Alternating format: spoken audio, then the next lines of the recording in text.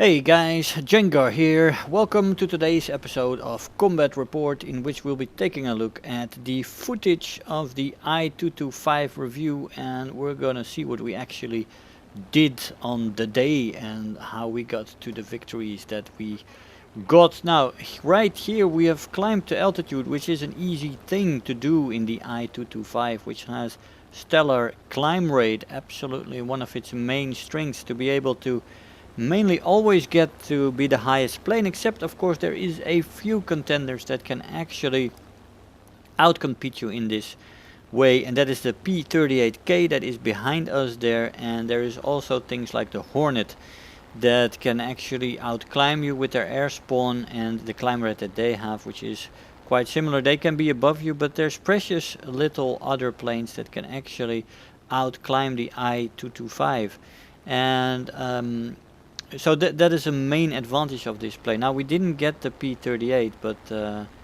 our teammate there did. But we were on the altitude to be above pretty much everybody else, and that is a good thing because it gives you the chance to dictate the fight, and that's what you basically always want.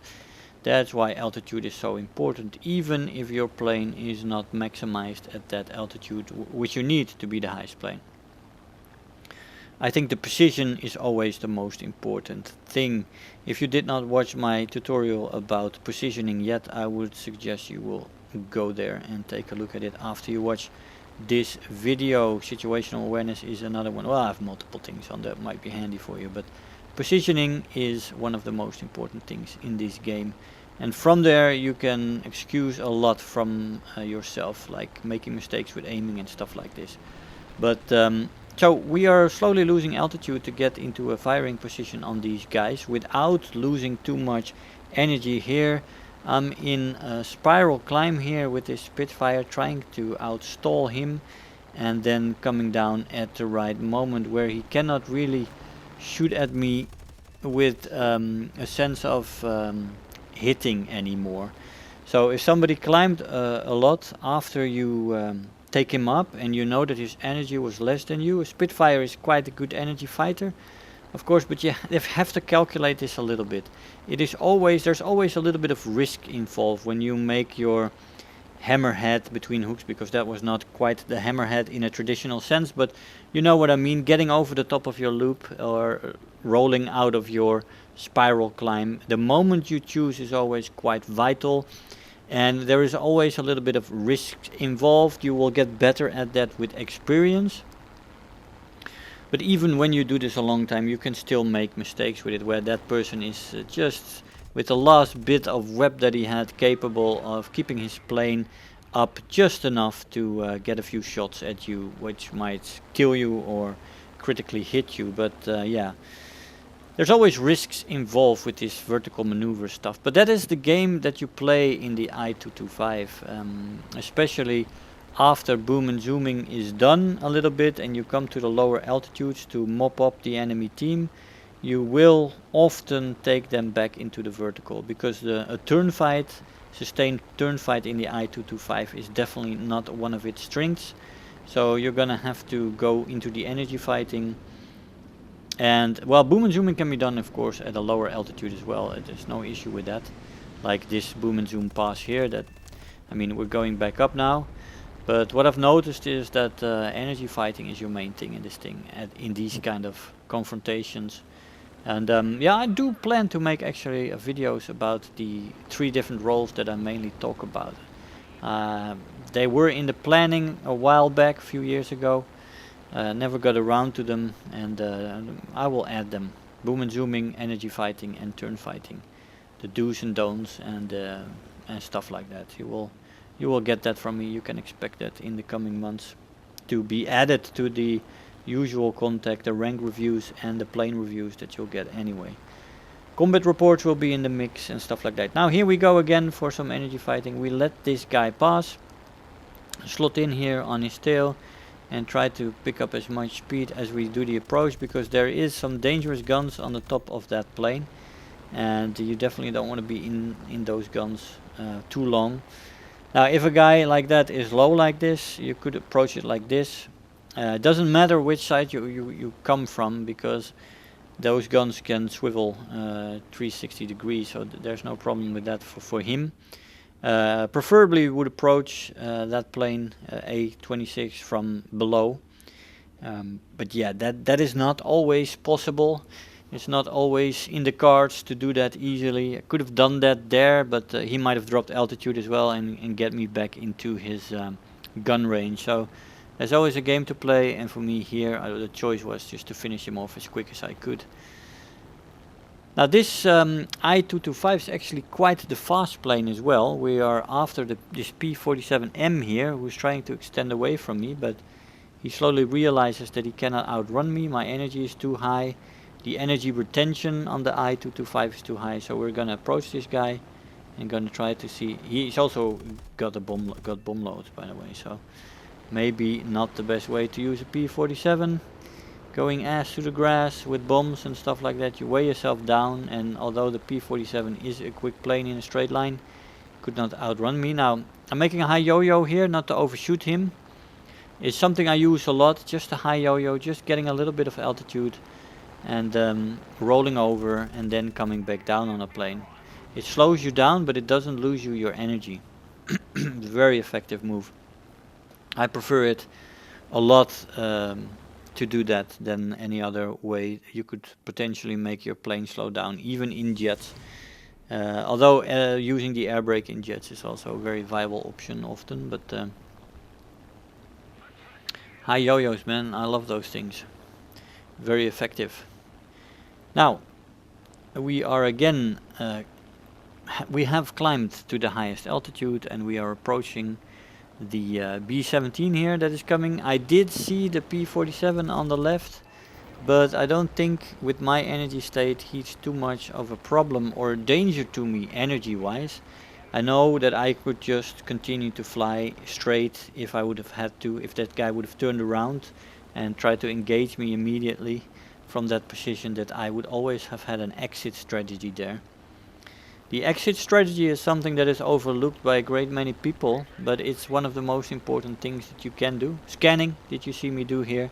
Just a little scan behind me and on the horizon to see if anybody else climbed up to my altitude while I am maneuvering to position myself correctly to attack this P-47. I am still scanning. I am not... the biggest lure that you get is tunnel visioning when you're facing an enemy. Like here, I'm still trying to get the tactical situation in. I am catching up to him. He's flying straight.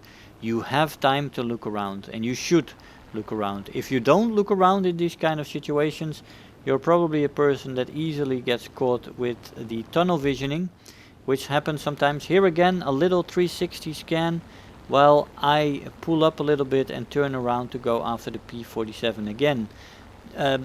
Don't mistake these little things for just random things. This is all done consciously. I do them all the time, and it's something that helps your situational awareness. If you did not see that tutorial, there's also a tutorial from last year, a quite recent tutorial that you should definitely watch. Situational awareness, very, very important to constantly scan, and the tactics you can do while engaging an enemy to here immediately after killing an enemy, just do a little scan as well. Just look around, see what's happening, because this is often the time where even I sometimes still get killed. After you get a kill and you're in the joy of getting that kill, those few seconds, well, in reality in the Second World War, that was where a lot of people got shot down.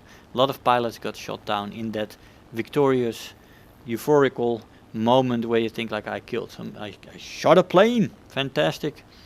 That is where the adrenaline rushes, and that's where you got to start looking around immediately again. Just calm yourself down and get a sense of the surrounding area. Very, very important indeed. Now it seems that we're going after a AI plane. Of course, I am still researching the Soviet ranks, and if you're not doing anything and there's some, look at the compression on the I-225. That's something in the deep end of the dive. Above 700 especially, you get severe compression in this plane. That is why energy fighting in this plane is the most viable role for it. It is excelling in that role. It's only good at boom and zooming because of the compression. You cannot call it excelling, because at the lower end of your dive, you will have that compression to work with. But situational awareness, scanning is very vital to the play style of this plane. Any plane, by the way. You always got to be scanning, and you can even scan while you are engaging with other people and making maneuvering while you're maneuvering, basically. So here we go again for another another A-26, and this time we're gonna attack him from below, which he could nose down now and try to shoot at me as well, but he's not doing that. He doesn't have guns underneath and in this position, so I can just basically just, yeah, you know, kill him. No problemo.